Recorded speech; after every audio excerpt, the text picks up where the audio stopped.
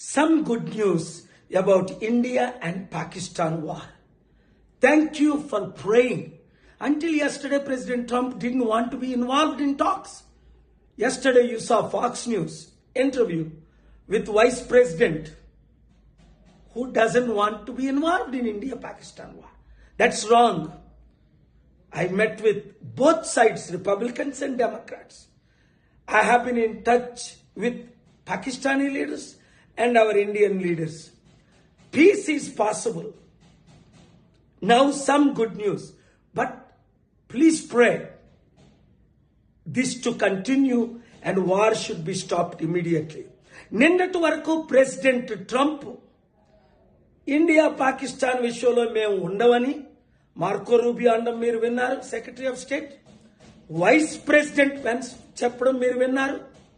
కానీ నేను హోప్ విడిచిపెట్టలేదు, పుష్ చేస్తూనే ఉన్నా, ప్రార్థిస్తూనే ఉన్నా, రాత్రి పగలు పనిచేస్తూనే ఉన్నా. ఇప్పుడు అందరూ ఒప్పుకున్నారు యుద్ధం చెయ్యము అని అన్నారంతే. యుద్ధం ఆగిపోయేటట్టు ప్రార్థించండి.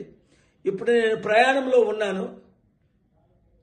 ఈ శాంతి కొరకే ఇండియన్స్ గమనించండి, యుద్ధం ద్వారా నష్టమే కానీ లాభం ఎవరికీ లేదు. ఇన్నోసెంట్ కుటుంబాలు చనిపోతున్నాయి, లక్షల మంది చనిపోతారు, లక్షల కోట్లు లాసు. అలాగని టెర్రరిస్ట్ మనల్ని అటాక్ చేస్తే మనం విడిచిపెట్టేదే లేదు. కనుక చాలా విషయాలు నేను మాట్లాడకూడని ఉన్నాయి, వాళ్ళతో మాట్లాడే.